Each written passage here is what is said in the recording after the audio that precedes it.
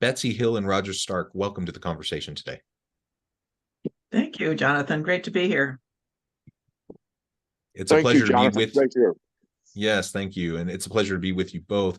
Roger, you're joining us from Wisconsin. Betsy, you're joining us from the Chicago area. I'm south of Salt Lake City in Utah. And today we're going to be talking about neuroplasticity and how it pertains to learning. Now, I know you both work predominantly with children and cognitive skills and such. So we'll unpack that, the concept of neuroplasticity in that context, but we'll also relate it a little bit to the workplace and what this means for training and development and the learning and development fields in organizations, how we can upskill and reskill our teams in effective ways. As we get started, I wanted to share Betsy and Roger's bios with everybody. Betsy Hill is the mother of 3 boys and an award-winning educator. She studied neuroscience of learning from Dr. Patricia Wolfe and other pioneers in the field, coining the term neuroeducator. She is former chair of the board of trustees at Chicago State University and teaches strategic thinking at Lake Forest Graduate School of Management, where she received a Contribution to Learning Excellence Award. Roger Stark is CEO of Brainware Learning Company. It started with a simple question: what do you know about the brain? His vision was to combine multidisciplinary clinical cognitive training with video game technology. It had never been done before, and over the past 15 years, he has championed efforts to bring comprehensive cognitive skills training and cognitive assessment within the reach of everyone. Now, I could speak to both of your backgrounds a lot more, but I'm going to pause there. Anything you would both like to highlight by way of your background or personal context before we dive on in? You did a perfect job, and you led with the fact that I'm the mother of 3 boys and now the grandmother of 2 girls. So, And for what it's worth, I got 19 godchildren. That's awesome. Well, very good. It's been an interesting journey.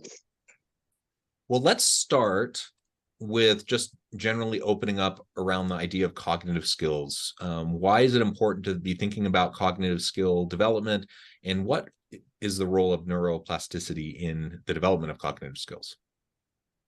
It's both great questions. So cognitive skills are the basic ways we take in information from the world into our brains. So learning is about, understanding things, doing things differently, but essentially it's actually about changing the brain. We physically change the brain. We make different connections among neurons and when we do that, and cognitive skills are how that happens.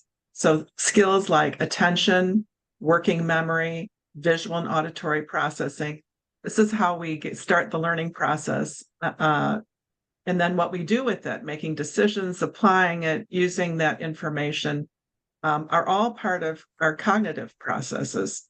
And so when we understand those, we can actually improve the way that we learn. And neuroplasticity is the fundamental reason that is possible, because we can change the brain to a much greater degree than people have generally understood that to be. There's now broad consensus in the scientific community about neuroplasticity, and it's amazing what can happen when you don't assume that intelligence is fixed and when you know that these processes can change. Yeah, I would like just to add to that there was a perception for many, many years that whatever cognitive ability you were born with, whatever cognitive ability you came to school with, that was really all the cognitive ability that you had or that you would ever need to be successful in school. The world has changed, the complexities of our environment, of our cultures. So not everybody comes to school prepared the same way. And we believe that the most underutilized asset in this whole learning and teaching process is the student. Yes, we are born with the capacity to learn. That's what human beings do. But our capacity for learning is shaped by our environment and our genetics and our life experiences. And our cognitive ability defines our learning capacity. And despite all of those things affecting or shaping who we are, our environment, our genetics, and our life experiences, it doesn't have to be that way anymore. That does not have to define you. Or if you want to do something different about that, you can, but you just have to do differently. Yeah.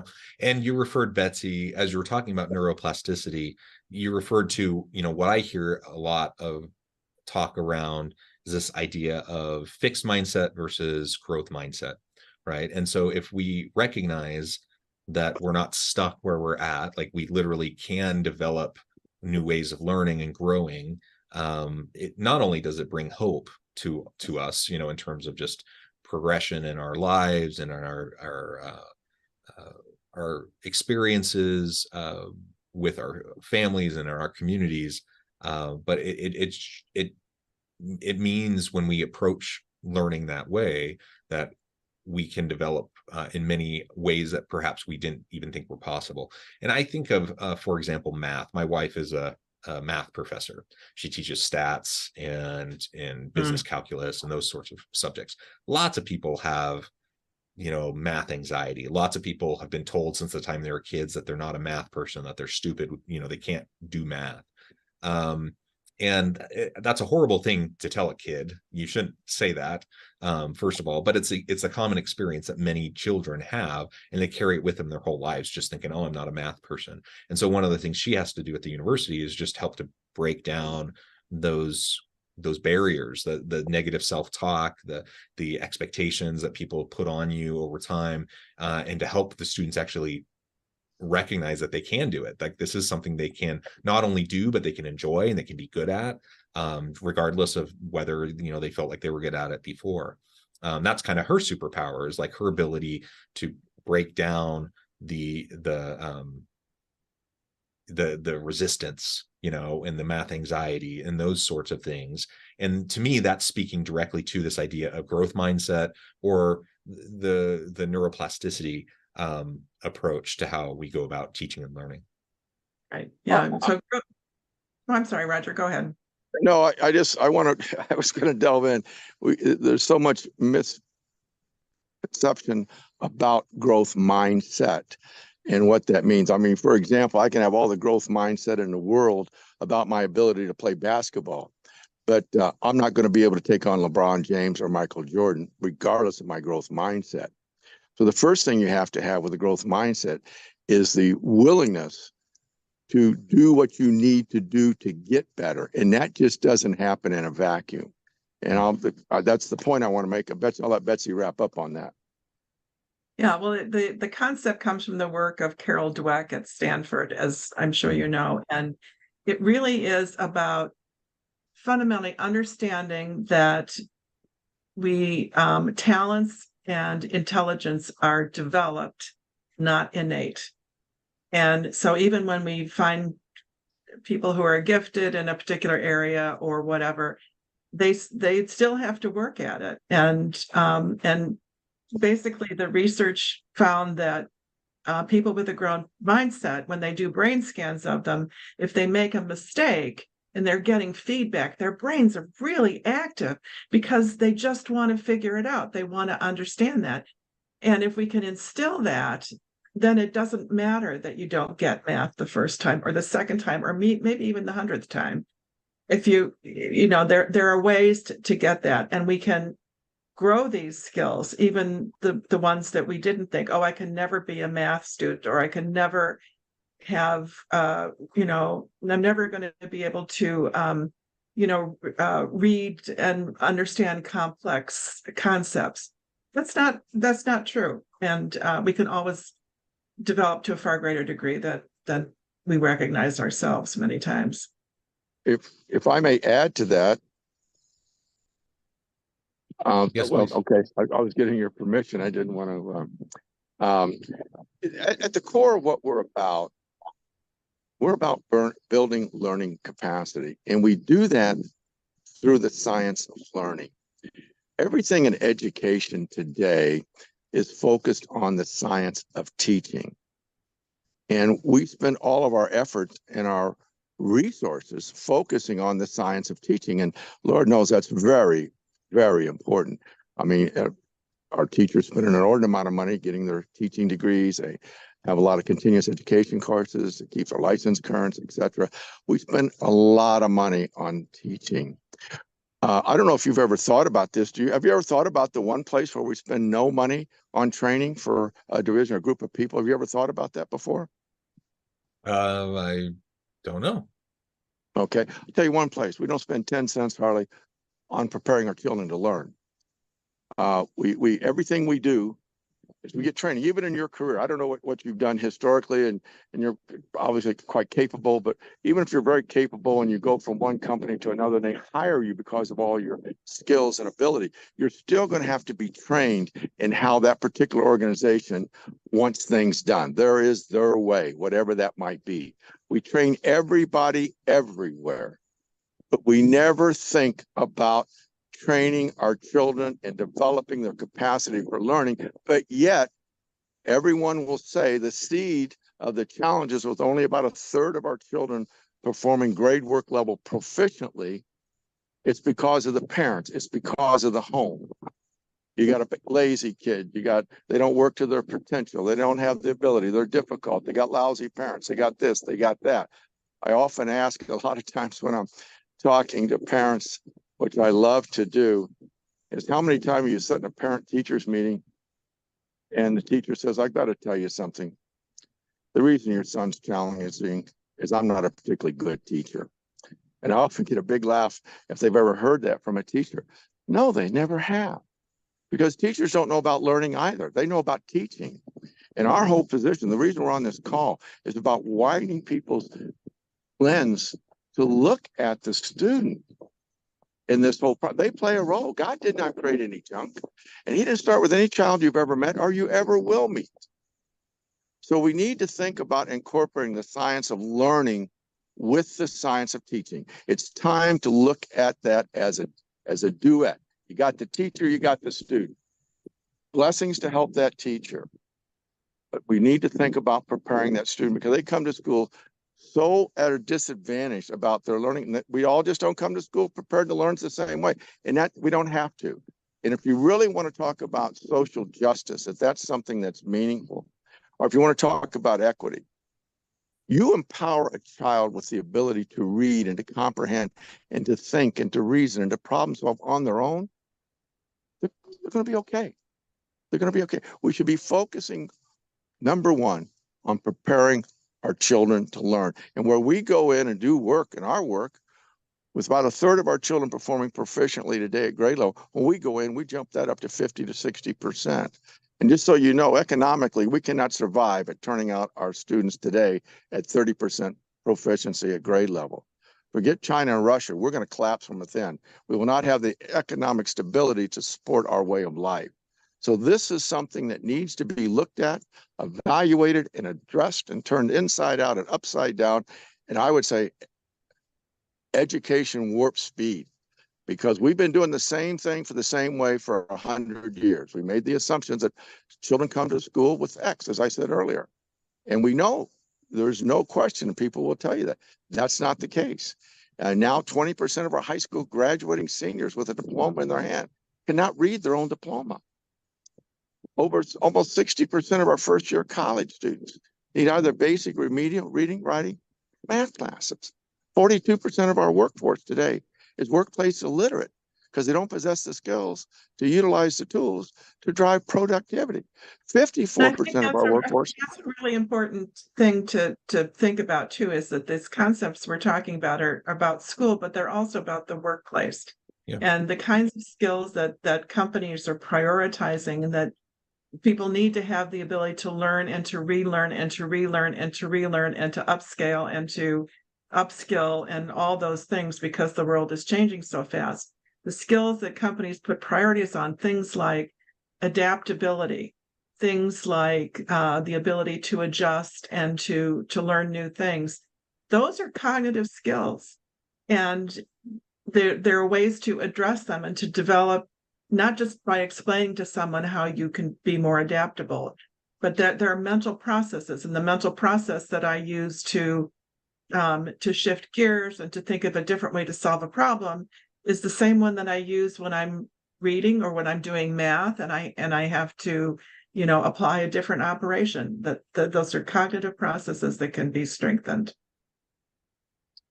Yeah, it's absolutely certain. There's no doubt about that. I think that the learner of the future, the best job skill to have, if you want a strong, employable future, is to learn how to learn, because things are going to change so fast that whatever you think you're going into that company to do today and what tools you think you're going to utilize to be successful, I got to tell you, in a year or 2 years, it's going to be something different, and it's going to be something different. So employers are going to look for people that can learn quickly, efficiently, effectively, and be able to take those new learning skills at a highly accelerated rate and deploy them in the workplace for productivity. Yeah. So you mentioned the importance of a learning approach, learning skills, learning mindset, in addition to a focus on teaching, right? And whether we're in a K through 12 system, pedagogy and the research around effective teaching, that's important. We want to have effective methods in how we teach, but we also need to help others understand how to learn. And that is well stated. I think in the learning and development space in organizations, this is something that the more progressive organizations have been leaning into. I think in university settings where again, the more cutting edge progressive universities are leaning into this idea of teaching learning skills and helping individuals become lifelong learners. I know I'm a professor, and I know that's one of the things that I emphasize with my students all the time. I teach training and development, learning and development, HR stuff at the university. And, the vast majority of everything they're learning in the program is not going to even be the same or even relevant necessarily in 5 or 10 years. And so I want to make sure that I'm developing the skill sets that will allow them to be successful in the future, regardless of whether the technical knowledge that they need to be successful today is the same, 2 years from now, 5 years from now, 10 years from now. And so we really do need to lean into this idea of learning how to learn, how to be lifelong learners who can be agile and adaptive in a rapidly changing marketplace. The jobs of today are not the jobs of yesterday. And ultimately, if I want to be relevant in my field, if I want to be relevant in my career, I will have to be adaptive and constantly learning and growing. Otherwise, I will literally just lose relevancy. I will not have the knowledge necessary or the skill sets or the capabilities necessary to be a contributor in the future of work if I don't learn how to learn.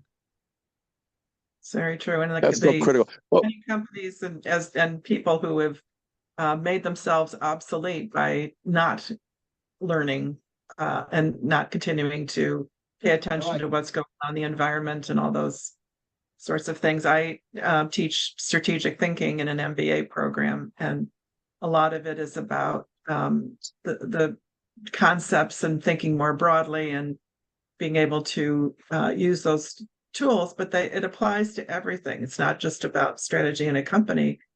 We can look at our personal strategies. We can look at strategies for our families. We can look at and it's about the thinking and the processes. And my great joy is when we get to the end of the course and my students tell me that they think differently, and that's what it's all about. She's a exceptionally good teacher, I just might add. She's very, very good at what she does. One thing I would just like to add, when you look at this stuff, you say, okay, Roger, it makes general sense, but let's get at the core of the real value propositions. Well, I would just say a couple of things. I don't know if perhaps your audience or you are familiar with OECD, Organization for Economic Cooperation and Development. It's one of the large think tanks in the Western Hemisphere. It looks at a lot of democracies and some of our big challenges. And they came out with a report a few years ago. So this information's got to be at least 10. The world economy at the time was only about 75 or 76 trillion dollars, and I think now it's well over $100 trillion. So I'm sure these numbers have grown proportionally. But when they came out with a report, they made a very interesting observation about what's going on in America and the challenges we're faced with in our education. And what really spurred that is the thing called the PISA scores, Program of International Student Assessment. You've heard frequently that they say our students, math students and reading students, perform at the bottom of all these Western countries. And they said, but it doesn't have to be that way. If the United States can figure out how to look at their students and achieve the minimum, not the maximum. We're not talking about South Korean level. We're not talking about Finland's level of third level. But if our students can master the minimum proficiency level of the PISA scores, the minimum, we will uncover this, as I said just a little bit at the time, is $73 trillion of GDP. $73 trillion. At the time, the world was only about $74 trillion when this point came out. So that's an enormous economic input. It could eliminate all of our social gripes in this country. It could, I mean, think about the kind of money that is. I mean, it's enormous. I mean, everybody could wear Prada every day and throw it away. Everybody could own a Rolls Royce. Everybody could have 3 squares meals. Like it's ridiculous, the number, what that could do for this country. And you sit back and you look at it and say, wait, can we really get to that? Does that make any sense? Is that too big of a grab? Some people, when I talked about this, they said, I can't even wrap my head around what you're saying, Roger. Well, the reality, what's interesting about it, they said, people were asking, you know, well, how do we go about doing it? So, well, the number one obstacle that America has to accept and deal with their learning populations, it's a lack of cognitive development. Until they begin to deal with the science of learning and understanding how people learn and empower those people with the ability to assimilate, process, comprehend, and apply information effectively and effective, nothing's going to happen. It's the cognitive is our roadblock. So as I said, we need warp speed on looking, if we're concerned about education, if that's real, we say that's the difference. I mean, I hear a lot of lip service from everybody. But is that if we're really serious, that's the crux of the matter. That's not a symptom. Education is notorious for dealing with symptoms. That's the root cause. And we need to be looking at it, evaluating it, and testing it, and researching it. And probably there needs to be more. But wherever we go and do what we do, at the outcome, it's going to be easier for an individual to learn, easier for an individual to be taught. Their self-esteem and self-confidence is going to elevate off the charts. Their stress and anxiety levels are going to lower dramatically. Their relationships with their family and their peers will be better. In schools that we've gone into, we've cut visits to the principal's office by 50%. If you know anything that's going on in K-12 education, public education in particular, discipline is out of control. It is out of control. And teachers have all this responsibility, but they have no authority. But man, if you can cut the trips to the principal's office in half, what value can that principal radiate throughout his school? Attendance is a big problem. Schools get rewarded on school attendance. We increase that by over 50% of the kids that stay home, because when kids don't learn easily and they find it difficult, they don't want to do something that makes them feel bad. That makes them feel like a fool. So they get a headache. They get a time. I don't need to go to school, blah, blah, blah. So these are the things that we can expect if we start to dig into these things. I looked at IBM. They use a cognitive assessment for not going into workforce, but they use it to delineate who they're going to keep and who they're not going to keep. So if they need 25 engineers, they bring in 75 people, they do a cognitive assessment. 25 people meet their criteria. They throw the other 50 in the trash and they hire the 25. The great thing about our methodology, you don't have to throw those 50 in the trash. We can rehabilitate most of them and build their capacity so they fit into that 25. And with the workforce needs today, this has never been at a greater need than where it's at. Yeah, the need to reskill and upskill and have constant, continual, lifelong learners is essential. Betsy and Roger, it's been a real pleasure. I know the time and I need to let you go, but before we wrap things up for today, I just wanted to give you a chance to share with the audience how they can connect with you and your team, and give us the final word on the topic for today. I'm going to let Betsy give the final word, but I want to say one thing is that I'm going to leave that thought. I'll let Betsy wrap it up. So way to connect with us is at mybrainware.com.